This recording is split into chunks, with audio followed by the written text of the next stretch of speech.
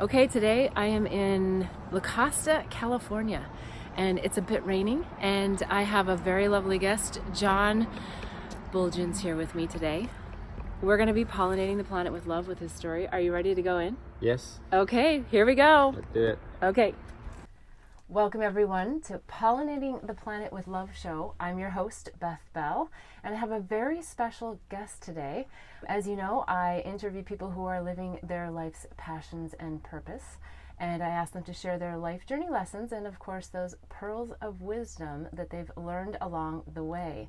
Today's guest, John Buultjens, is originally from Glasgow, Scotland. He is best known for defying all odds to accomplish BMX superstar status.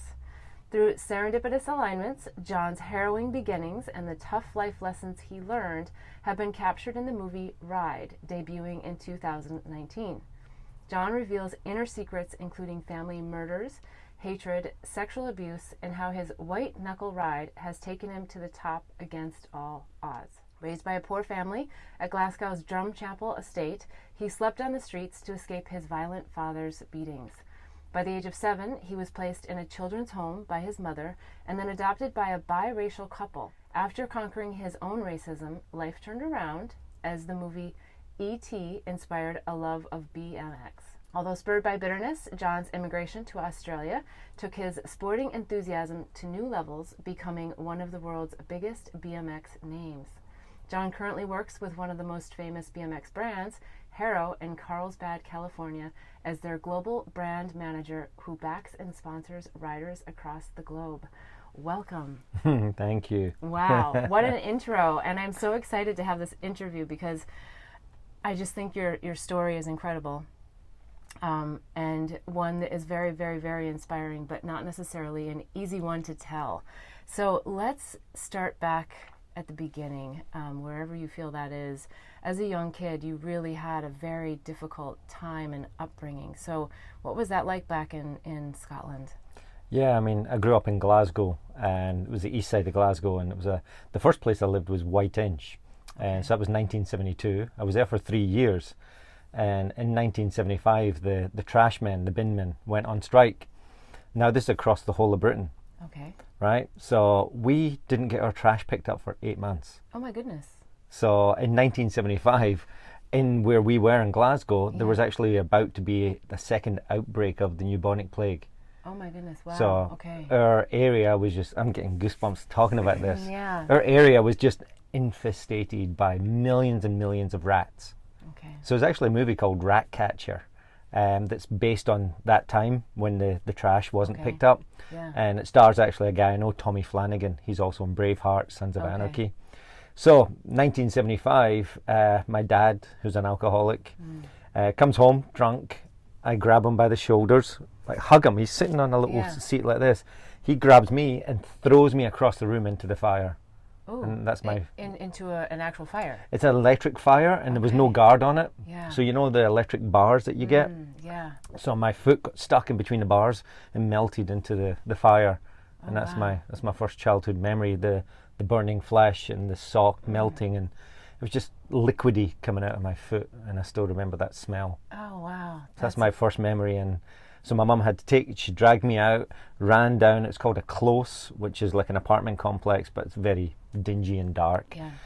And she had to run through rat-infested feces water to get me up the street, to get me to a bus, to get me to the hospital. Wow. And yes, that was 1975. 1977, I was too scared to go home a lot of the times. We were now moved out of White-knuckle into a place called Drum Chapel because they bulldozed actually where we lived. Interesting. It was so bad. Yeah. But between 1977 and 79, a lot of times I would just live in the streets because I was too scared to go home because my dad was beating me up. Yeah. And what was that like as a child? I mean, the fear that you must have encountered, how did you deal with that as a kid? I mean, do you even remember? I mean, sometimes trauma, we put that way back in our minds. Yeah, I believe it was just survival mode. I mean, a 5-year-old, 6-year-old, 7-year-old shouldn't have to deal with that, but it was a situation I was in. So it's like you either go on the streets and beg, which I was doing, or I'll go home and just get beaten up all the time. I mean, my dad used to like pick me up and just bounce me off the walls. And that's what my older brother, myself, older sister didn't get it too much. And then 1977, my mum had another child, my younger sister, and she didn't get it because she was so small. Yeah. But the boys got it the worst. So you were basically on the street at a very young age, and then at some point, and you had other siblings, and so at some point your mother said, this is enough, I need to, I would think, protect you, is probably what her thought was at that point. Well, yeah, so my brother was locked up. He was actually taken away for, the crimes he was doing.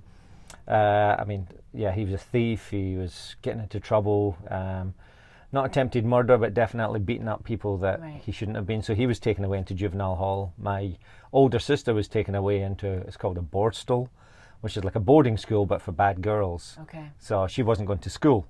So they had to lock her up to go to school. 23rd of December 1979, my dad was beating my mum up, like just punching into a pillow, but he was smashing her face. So I ran into the kitchen and grabbed a kitchen knife, and I attacked him with the knife. I didn't get to stab him. He knocked me out beforehand. Yeah.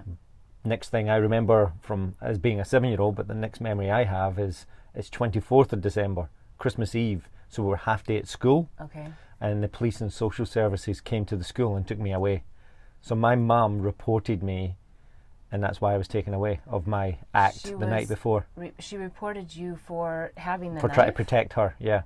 Interesting. And it took me 23 years to realise that she was protecting me, and she had me taken away because he would have killed me. Right, so she felt that was the way to just get you taken out of the house and placed. So then you were placed in a biracial home, I think is how it's said. Yeah, so basically, my dad was racist. I was brought up just hating other colours, other creeds, and I was meant to be in... So what nationality was your dad, and what was mum and dad were both white, white Scottish, and Protestant. Okay. And so I was meant to be in the juvenile hall, the home, for 9 years. Okay. But after 3 years, they had this foster program going on. Okay. So our social worker was basically saying, I think this is a good chance for you to, have a different life, have a new life. But when I met my dad for the first time, he was black. And so the new home that you were finally in to have some safety, and he's black, and you have issues, racial issues, because of your upbringing. Exactly. Wow. And I don't like saying racist, because I was 10 years old. I didn't know what racism was. I just didn't like people that were different to me, and I didn't trust them. It's like if my own biological father didn't love me, how am I going to trust this guy? Yeah. So it was a struggle for about 6 months living there. I was still getting into trouble with the police. I was running away. I was stealing money from them. I mean, I was doing I was self-sabotaging, really. Sure. When I look back at what I was doing at that time, I didn't feel deserving of this love. Yeah. Yeah. Now, at that time, did they provide any emotional support for you? I mean, how does that, I don't know back in those days if they were able to help you work through the issues that you had suffered even at a young age, or were you just really on your own trying to figure out how to integrate yourself into this new family? Was there any help from social work or anything like that? No, I mean, and the sad news was my mum and dad didn't actually know the trauma I went through. Oh. Didn't know I slashed my wrist when I was 7 years old. Oh my goodness, wow. Didn't know about the beatings, the fire, nothing. They weren't told anything. Until I opened up when I was 30 years old. I went back to Scotland whilst I was living in Australia and told my parents my past and what happened. Yeah. And so they were both upset. They were like, why didn't we know? Right. That probably would have helped them to just understand your perspective and where you were coming from. Yeah, I mean, if my new father would, his way of basically getting me into trouble, it would be verbal. Like, that's not right, that's not, and so I would hit myself and I would smash my head on the concrete tiles in the kitchen, because I'm used to getting hit. I'm not used to having an adult that cares enough that it doesn't hit me. Yeah. Now, did you get to speak with your parents, your biological parents then, or see them at any point? I don't know that you even wanted to at that point, because it sounds like you thought your mother basically reported you and didn't probably care about you. Yeah. So did you see them again? So my mum and dad would always keep me in touch. My biological father was eventually locked up into pretty much like an old mental home. Okay. My mother, my new parents would take me to see her. Yeah. Every so often, but I was still like, I hate you. I don't want to see you. Yeah. I was always blame. It was a blame game, Yeah. definitely at that age. They took me to see my dad once when he was in that nursing home. Yeah. But they never knew what he had done to me in the past. So, I only ever saw him once with my new parents. Okay. But I stayed in touch with my biological mother. Okay. Wow. Then at some point you had a relatively life-changing epiphany, I would say. Yes. And so at what point does that come in? Because from where I get now, you're in a nice home, Yep. but you're not able to really appreciate it. You're having lots of issues with racial ideas that you were programmed with. Yep. And you're still getting in trouble. Mm-hmm.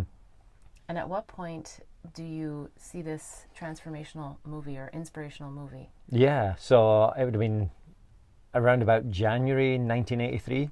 Okay. I saw E.T. for the first time. Okay. And I saw this kid on a BMX bike flying.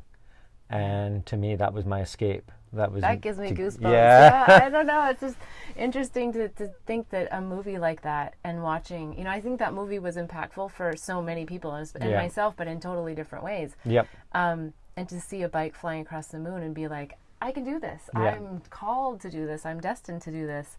So, what action did you take next? I mean, because now, how did you approach your parents with that? Well, I kept saying, I want to go back and see the movie. I want to go back. Yeah. So it took me back 3, maybe 5 times to see Yeah. the movie.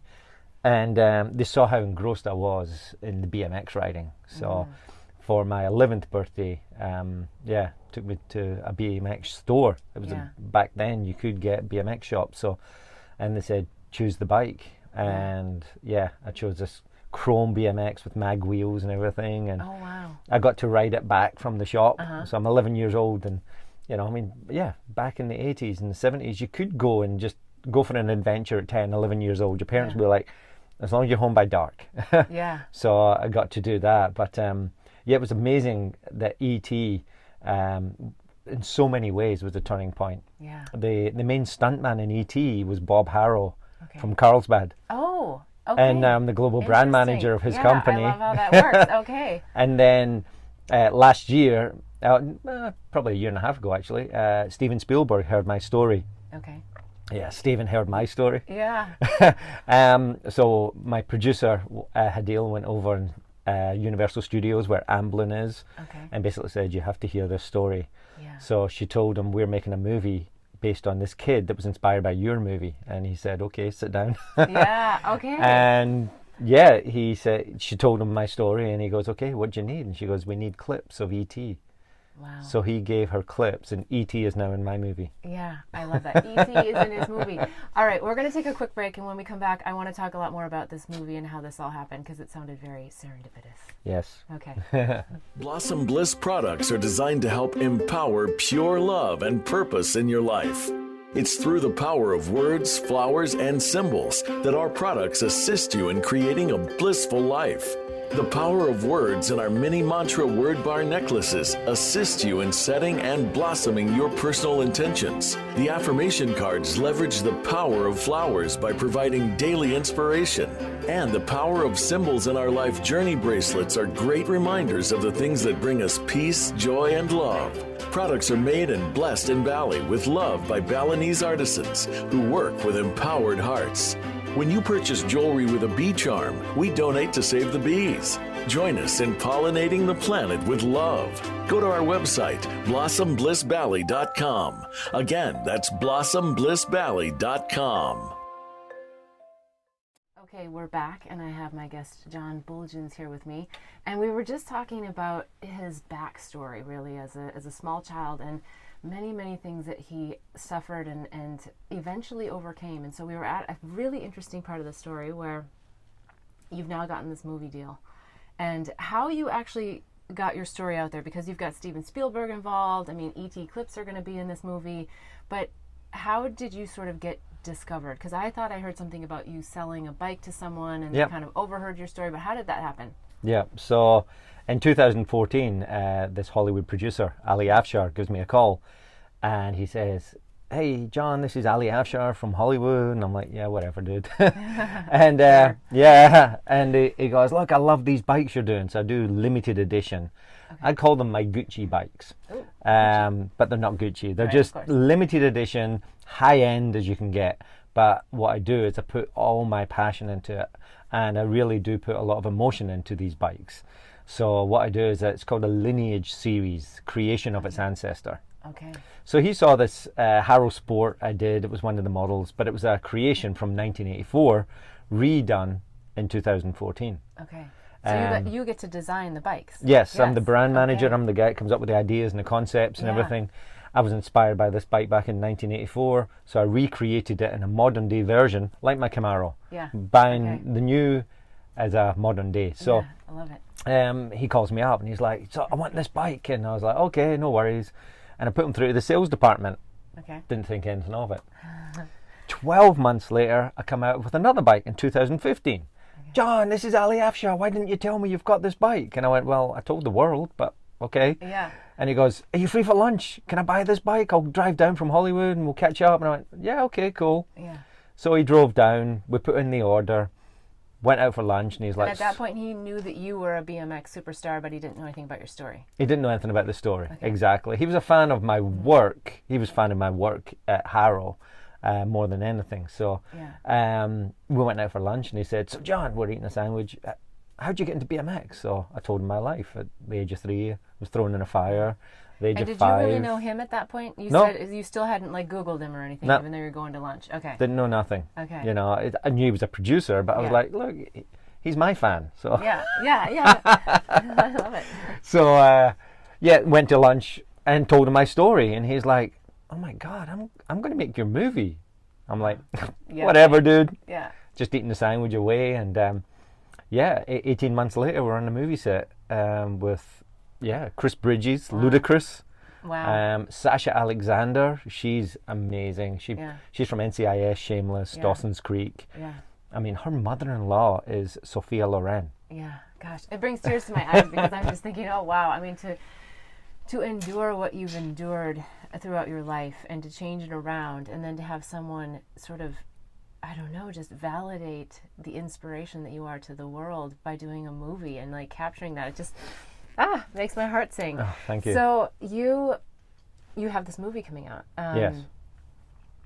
But before we get to all of that, because I think there's probably a lot of things that have happened that helped you change around. Because just because you started getting into BMX, it still takes a lot to sort of switch off some of those negative thought processes. Yes. Yep. And I mean, I think we're all a work in progress, right? Yep. Mm-hmm. But there's probably a point or maybe an inspiration that helped you really heal. Yep. I don't know, I'm guessing. I don't know that part of the story, but I don't want to gloss over that because I think that's the part that is so difficult for people in general, is when you have such a deep wound, to revisit it is fearful in and of itself, and to actually do the work then like takes, I think, the biggest effort. So can you share a little bit about that? And I know that's probably a very personal part of your life. No, not at all. I mean, I share it in my book. It's all out there.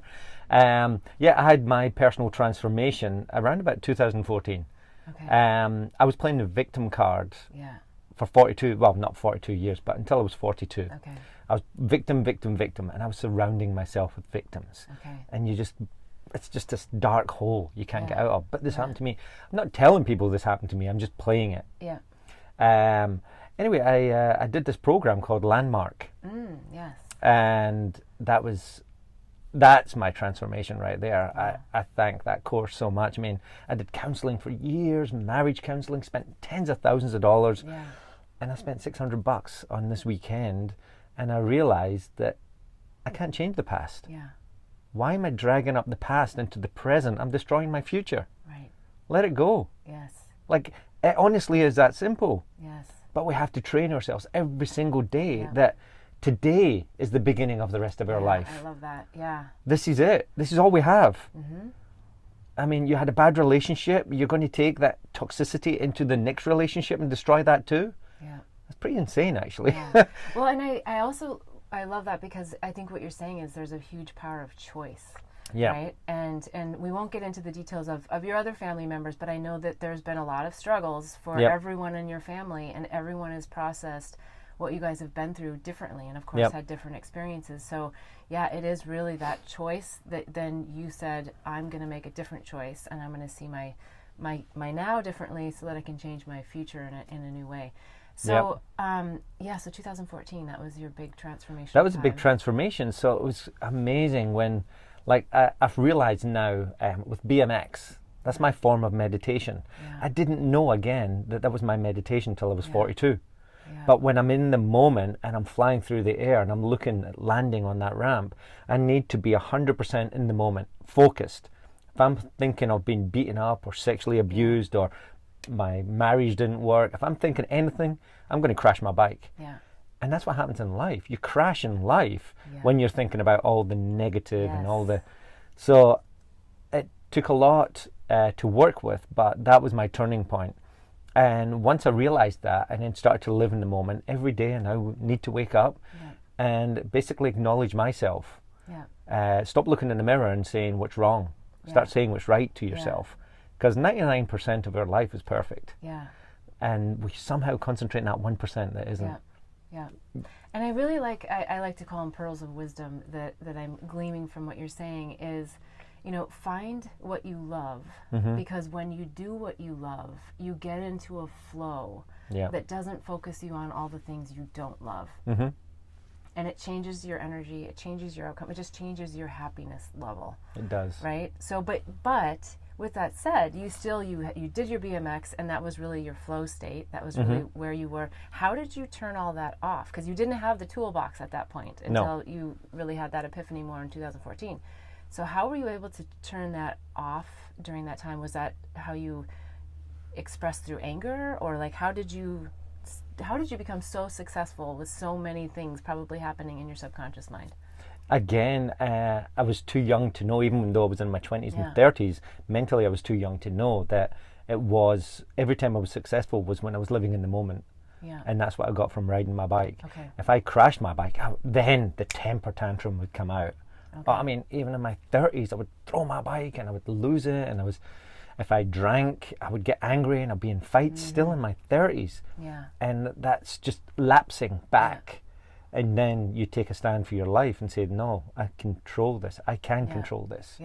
So leaving that behind and then having that transformation in 2014 to 15 to 16, I started to realize that I was surrounding myself with powerful, passionate, amazing, inspirational people. And you do become the 5 people you surround yourself with. So all the toxicity really did diminish. And I was just surrounded by amazing people. I mean, I actually asked the owners of our company in Taiwan, I offered them $20 million to buy Harrow in 2015. I don't have 20 million in my pocket, but I had the source to find that money because I was inspiring these millionaires and billionaires. I had people coming up to me through the program I was doing saying, I want to invest in you, like, how can we do this? And once I realized life was bigger than just me, I wanted to buy Harrow for the USA, not for me. I wanted to buy back an American company that we haven't been for 25 years.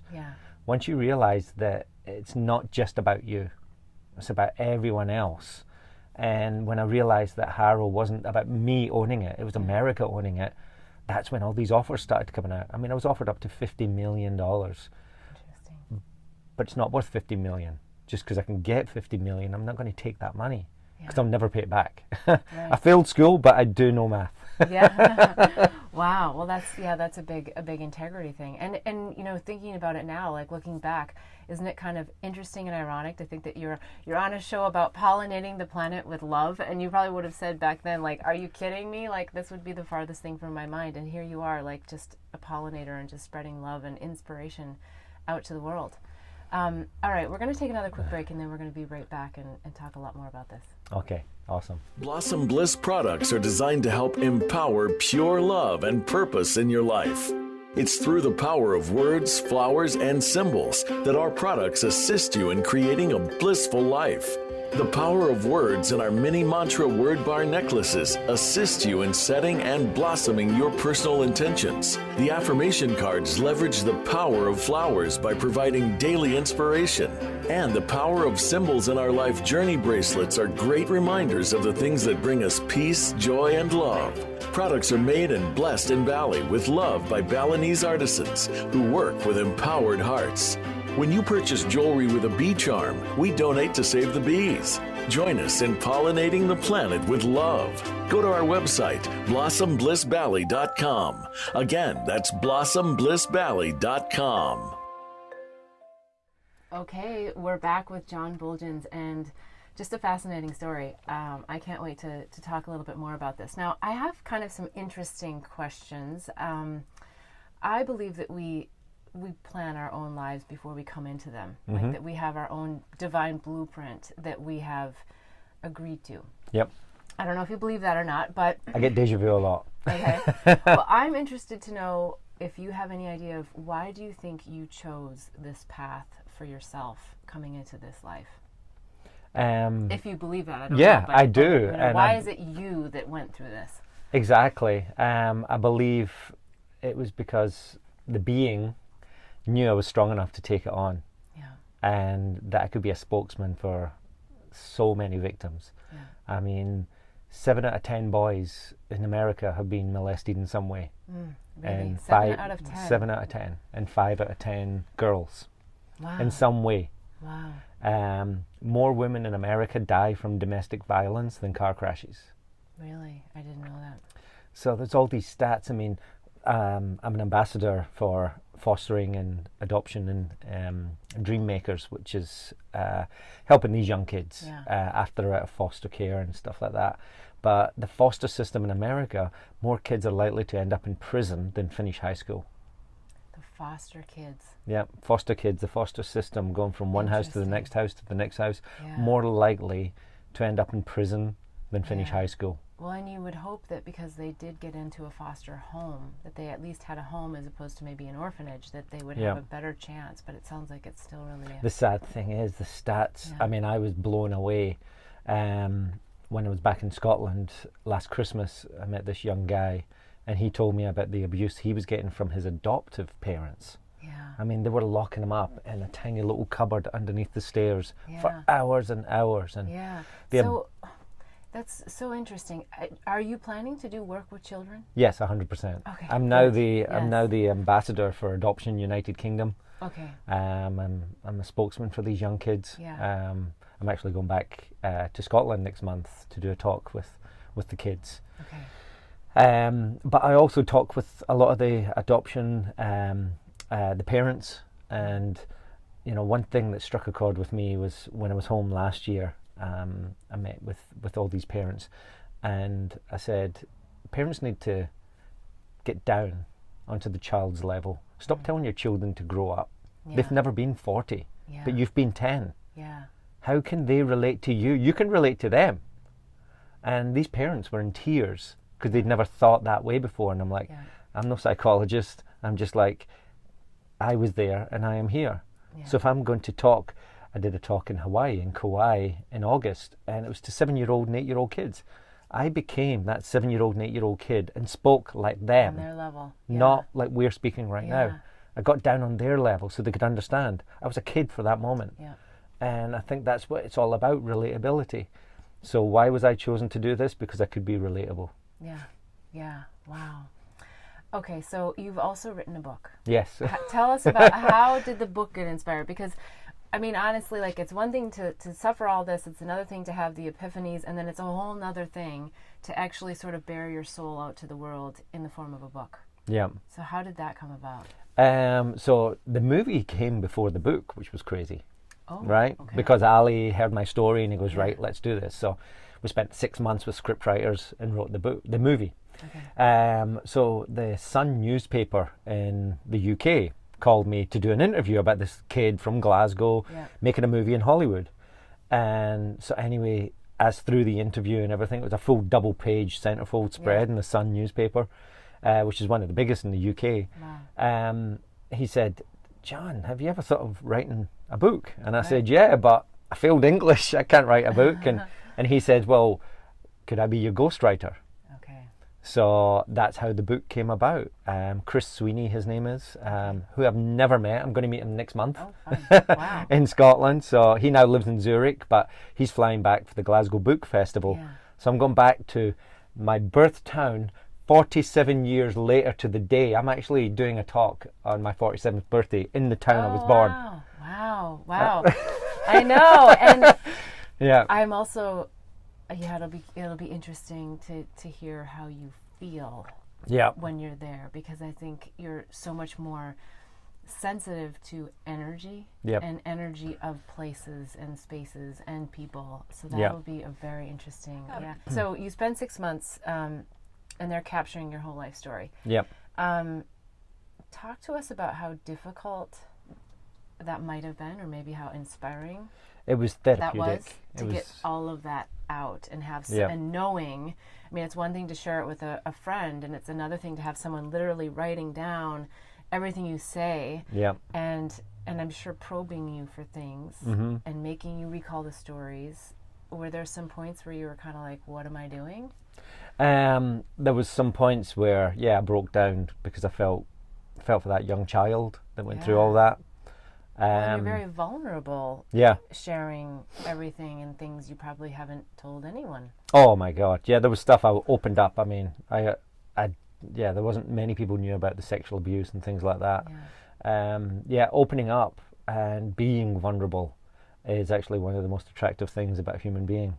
Yeah. And so by doing that, I was just like letting it all go when I realized that I could inspire others to let go. When I open up, and I've had adults struggling in their marriages because they were abused as a child. Yeah. And they've never spoken about that to the better half, their other half. Now, what about people who are suffering from childhood traumas, including sexual abuse, but they don't have a story like yours, in that someone has come in and said, I really appreciate you. I want to do a movie about you, and they don't have that opportunity to sort of go through that healing process. Do you have any words of wisdom for those people as to how they might start their own process of speaking about this, or coming forward with it, or just processing it? I mean, it is definitely, first of all, having the strength inside to acknowledge yourself for who you are, and what if people to share. Don't even have that? I think that's probably the biggest crux, is people just don't have that inner confidence and that inner knowing that everything is going to be okay, and to sort of relive it is scary, and it takes more energy than actually the healing process of it. Yep. I mean, well, one of the hardest things for me was mirror work and looking to myself and acknowledging myself. Mirror work, looking in the mirror, looking at yourself and seeing yourself. And that was so hard. I'm like, I mean, I will tell you, I don't know how much I can tell you about this, but I'm doing this work and I couldn't look in the mirror because I hated so much about myself. Yeah. And so there was this guy, this was in San Diego in 2014, and he's like, why can't you do it, John? We were doing this program, and he's like, why can't you do it? I mean, he was telling me some horrific stuff. Yeah. Like murdering people, crazy stuff. And I'm like, really? And you can acknowledge yourself? Like, you've done all this and everything else and blah, blah, blah. Because I'd actually, I was driving him home, dropping him off downtown. Anyway, I was like, get out of my car. Like, you're an absolute mental case. Yeah. And so I reported this and reported this and reported this about this unstable human being. Yeah. He murdered a girl a month later and threw her in a suitcase in San Diego. It was a girl that was found in the street. Yeah. And that was someone that I knew was a walking time bomb, but no one could do anything about it until he had committed the act. Yeah. I couldn't look at myself in the mirror because I was a victim. Yeah. This guy had attacked people and he could look in the mirror. It was just, I couldn't get that. Odd. Yeah. And so I shared that, and that poor girl had to lose her life. Yeah. Sorry, I'm going off on a tangent. It just brought that up right then. I hadn't spoken about it before. Yeah. But well, I like that tangent because I think it is about the inner soul. Yep. And people are so scared to connect with who they really are. And Yeah. who they really are is love. Exactly. Right? I mean, it's really about giving and receiving love and feeling connected to one another. Yep. Right? And I feel in America, probably across the world, we're just missing the connection to love, right? Yeah. And it starts with connecting to ourselves. Mm-hmm.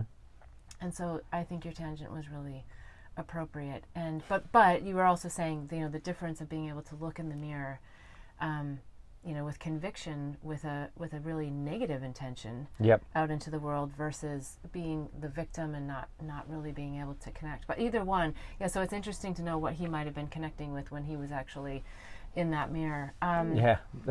Yeah. Right. So okay. it does take a lot of work, but acknowledge yourself. And I know you'll hate it.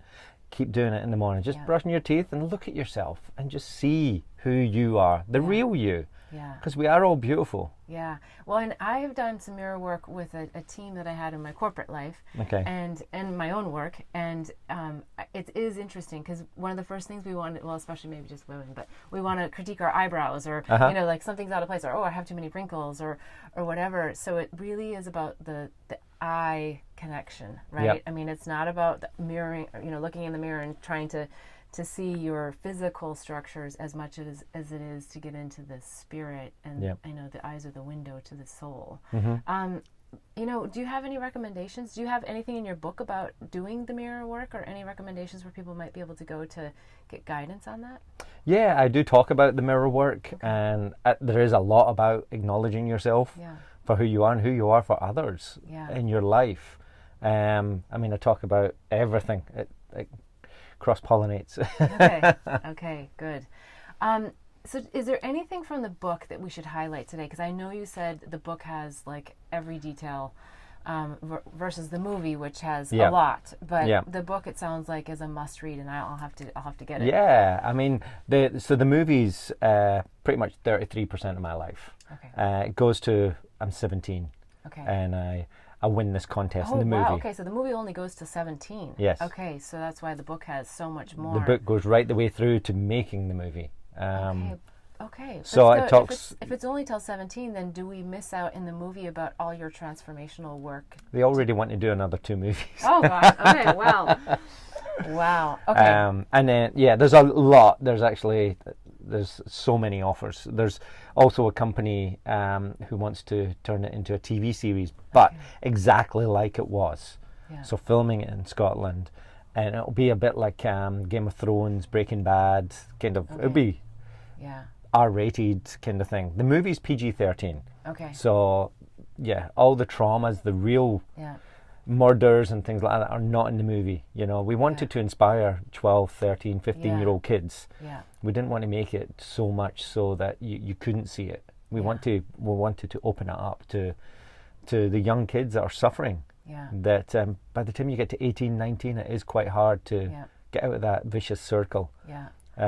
So the book is R-rated. The book is everything. Book is R-rated. Wow. Okay. Yeah, I wouldn't suggest, especially under 16. Okay. Unless they've really went through some horrific trauma that they can read this. But I mean, I had an 86-year-old woman read my book, my mum's neighbour in Scotland, and she opened up to me about the abuse she went through with her father when she was a child. Wow. She's 86. Yeah, that's And that's when it got me. She'd never probably talked about it up until She then. didn't even tell her husband. They were married over 50 years.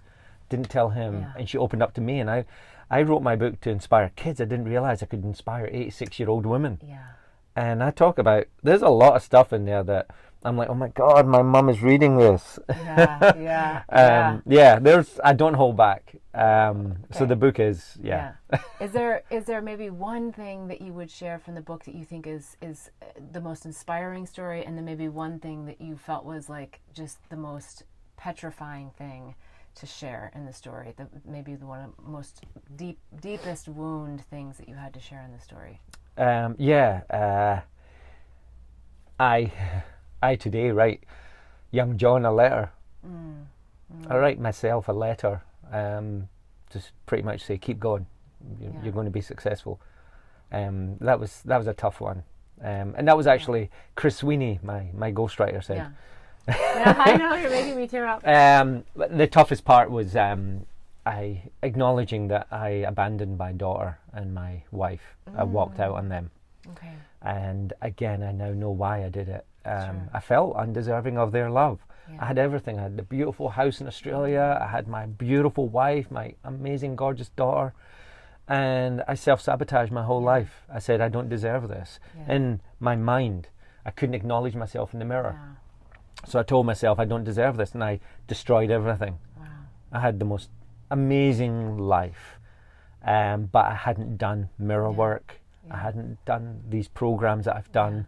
I hadn't acknowledged myself. I'm walking down the aisle. Well, my wife is walking down the aisle. I didn't acknowledge myself even at that point. I'm like, the most beautiful woman is walking down the aisle to me, and I didn't deserve it. Yeah. Now, how, have you been able to heal some of those things? I have, and even caught up with my ex-wife 2 years ago. I flew back to Australia, spoke to her, and yeah, she basically said, "Stay humble." But we now laugh and we joke, and but yeah, it's going to be hard for people to understand this. But I haven't seen my daughter in 8 years. Oh, you still haven't seen her in 8 years. So I'm there financially. I pay my child support. Is I pay she for her not schooling. Ready for She's that? not ready to see me. It was her 12th birthday on the 18th of January. Got her first bike and everything else, and I said to my... Well, what's her first bike? It's not a BMX bike, right? No, it's a mountain bike. Okay. It's a mountain bike, and it's actually not a Harrow. She didn't want a Harrow, so... It's probably pink or something. What was it? It was teal, white and teal. Okay. Yes. Okay, I won't say the brand, but yeah, I was speaking to my ex-wife. I said, look, I'd love to talk to Mackenzie, as I always do, all the time. And her response this time was, the good thing is she's not screaming that she doesn't want to speak to you. She just said she's not ready yet. So I just have to wait until she's ready. But she's gone to high school. Actually, today she starts high school. Wow, okay. In Australia, it's the opposite because it's the southern hemisphere. Yes. She starts high school today. So I'm happy enough that I'm here to support a single mum, my ex-wife. That my daughter wanted to go to this girls' school, so I'm paying for her to be at this school. And just be there. I'm not trying to buy them back. I'm just trying to be supportive as much as possible. And I know our bond will come back. I'm not the man I was back then. I'm the man I choose to be today. Yeah, and that's a big lesson right there, just to be able to hold the space for her to come in her own time when you're so ready to have that conversation yourself. Yeah, exactly. And my biggest threat in my head was, my mum never loved me, so how could my wife love me? So I honestly, I was searching everywhere and I wasn't getting love from home, so I left to be with other women. And it's like I was looking for affirmation from everyone else but myself. And that was what I was struggling with, and that's what I found in 2014. That all it takes is affirmation in yourself. Yes. It takes a lot, but It does, that inner work. It's good stuff. It's sometimes difficult to make the big jump to do it, but it is good stuff. Okay. Definitely. Yes. Okay. So that was, did we cover the most difficult and the most The most difficult was leaving my daughter. Yes, and the most inspiring. The most inspiring was writing John a letter. Okay. That I don't want to spoil it for you too much, but people have said to me, oh my God, when I read that letter to yourself. Gets me. How does it feel to be this big BMX superstar, the guy who was probably like the manly, and now you're like so in touch with your heart center, and you just seem so balanced in your masculine and feminine. How does it feel to be who you are today and to have got through everything that you've... I was never... I became, I guess, that... I don't even like that word, superstar. It's like I was just a guy that was passionate about BMX riding. But I've got a name for myself out there. People know who I am. Really getting in touch with my... I always say feminine, because it was an ad in Australia, feminine side. Okay. I love who I am. I love who I'm being, and I love being a spokesman for men and women that have gone through trauma. That hopefully people will read my book and see something for themselves that just let it go. Yeah. Let it go. Yeah, I love it. So where can they get the book? Honestly, the best bet is probably Amazon, but Barnes and Noble, is that Barnes and Noble here? I'm trying to think. There's plenty of bookshops have it here. Okay. I found someone bought it in Dana Point, some coffee shop in Dana Point. So it's like, it's all over it's actually all over the world. Good. It's in Australia, it's in the UK. It's only in English right now, and I've been asked to do an Audible. So I'll have to sit down and that would be nice. Yeah, yes. I'll have to do a recording, which would be great. But I want to do it. I don't want to hire someone to do it. I think you should. We all need to hear your accent. Yes. Well, my emotion will come through whilst I'm reading it, because I do feel for that young child. Yeah. But that young child, I mean, he has taught me a lot as well. Yeah. The only reason I know that was me is because I know, looking at the scars and everything, and but it was a lifetime ago. Yeah. Yeah, wonderful. Okay, before we close out the show, is there any other pearls of wisdom we should share with the listeners? Anything that comes Honestly, one I love is create, believe, achieve. Once you create it, believe. Yes. I mean, I was told that I wouldn't get the job at Harrow.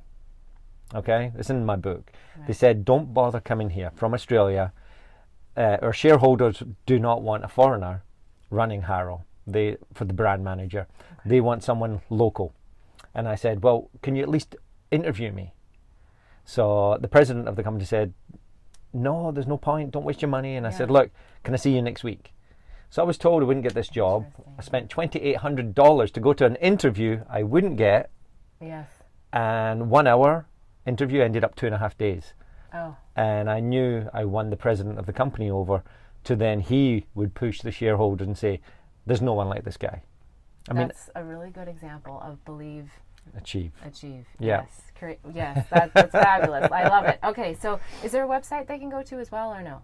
It's just John Buultjens. I actually just started my website, johnbuultjens.com, but there's nothing on it. Okay. If you just Google John Buultjens, you'll see all the TV interviews and the BMX riding, and there'll be links to where you can get the book and everything else. And I'm going to put in the comments below how you spell the name, because it's a little bit tricky. Yes. So, okay, wonderful. Well, this has been fabulous. Thank you so much for your time today. I just really appreciate everything that you shared. Yes.